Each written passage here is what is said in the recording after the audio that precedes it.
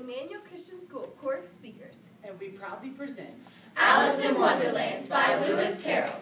Alice was beginning to get very tired of sitting by her sister on the bank and of having nothing to do. Once or twice she had peeked into the book her sister was reading, but it had no pictures or conversations in it. And what is the use of a book, thought Alice, without pictures or conversation? So she was considering in her own mind, as well as she could, for the hot day made her feel very sleepy and stupid.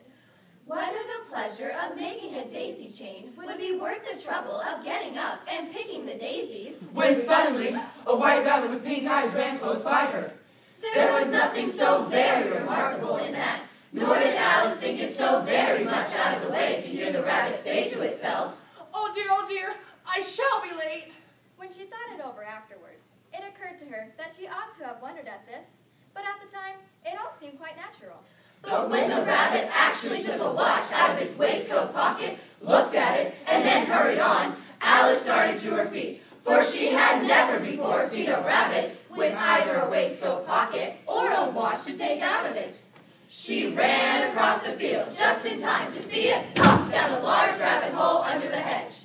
And in another moment, down went Alice after it, never once considering how in the world she was to get out again. The rabbit hole was straight on like a tunnel for some way. Alice had not a moment to think about stopping herself.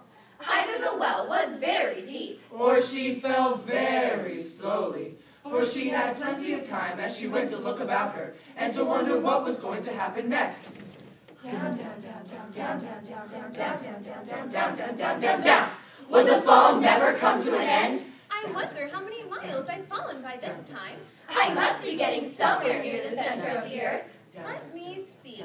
That would be 4,000 miles down. I think, yes, that's about the right distance. But then I wonder what latitude or longitude I've got to. Alice had no idea what latitude was.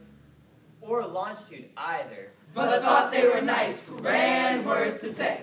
She felt that she was dozing off, when suddenly, thump, thump, thump, down she came upon a heap of sticks, and the fall was over. Alice was not a bit hurt. And she jumped up onto her feet in a moment. She looked up, but it was all dark overhead. Before her was another long passage, and the white rabbit was still in sight. The table was a large one, but the three were crowded together at one corner of it. You can't sit here. No way. No, there's no room for you. No room. There's plenty of room. Have some wine. I don't see any wine. There isn't any. Then it wasn't very civil of you to offer it. It was not very civil of you to sit down without being invited. I didn't know it was your table. It's laid for a great many more than 3. Your hair wants cutting.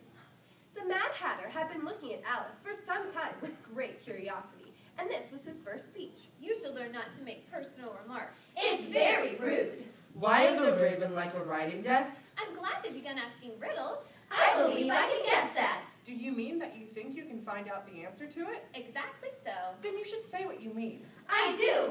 At least, I mean what I say. That's the same thing, you know. Not the same thing a bit. You might just as well say that I see what I eat is the same thing as I eat what I see. You might as well say that I like what I get is the same thing as I get what I like. You might just as well say that I breathe when I sleep is the same thing as I sleep when I breathe. It is the same thing with you. Here the conversation dropped. And the party sat silent for a minute while Alice thought over all she could remember about ravens and writing desks. Which wasn't much. What day of the month is it? The 4th. Ha! 2 days wrong. I told you butter wouldn't suit the works. It was the best butter. Yes, but some crumbs would have got in it as well. You shouldn't have put it in with the bread knife. The March Hare took the watch and looked at it gloomily. Then he dipped it into his cup of tea and looked at it again. But he could think of nothing better to say than his first remark. It was the best butter, you know. Alice had been looking over his shoulder with some curiosity. What a funny watch. It tells the day of the month and doesn't tell what o'clock it is. Why should it? Does your watch tell you what year it is? Of course not. But that's because because it stays the same year for such a long time. Which is just the case with mine. Alice felt dreadfully puzzled. The Hatter's remark seemed to have no sort of meaning in it. And yet, it was certainly English. I don't quite understand you. The dormouse is asleep again. Of course. Just what I was going to remark myself. Have you guessed the riddle yet? No, I give up. What's the answer? I haven't the slightest idea. Nor I. I think you might do something better with the time. Then waste it in asking riddles that have no answers. If you knew the time as well as I do, you wouldn't talk about wasting it. It's him. I don't know what you mean. Of course you don't. I dare say that you've never even spoken the time. Perhaps not, but I know I have to beat time when I learn music. Ah, that accounts for it. He won't stand beating. Now, if you only kept on good terms with him, he'd do almost anything you'd like with the clock. For instance, suppose it were 9 o'clock in the morning, just time to begin lessons. You'd only have to whisper a hint to time, and round goes the clock in a twinkling. 1:30, time for dinner.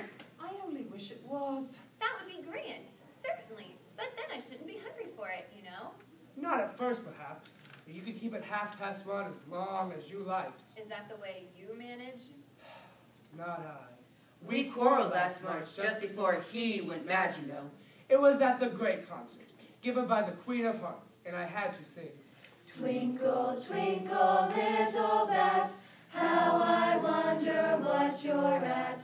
You know the song, perhaps? I've heard something like it. It goes on, you know, in this way. Up above the world you fly, like a tea tray in the sky. Twinkle, twinkle, twinkle, twinkle. Here the dormouse shook itself and began singing in its sleep, and went on so long that they had to pinch it to make it stop.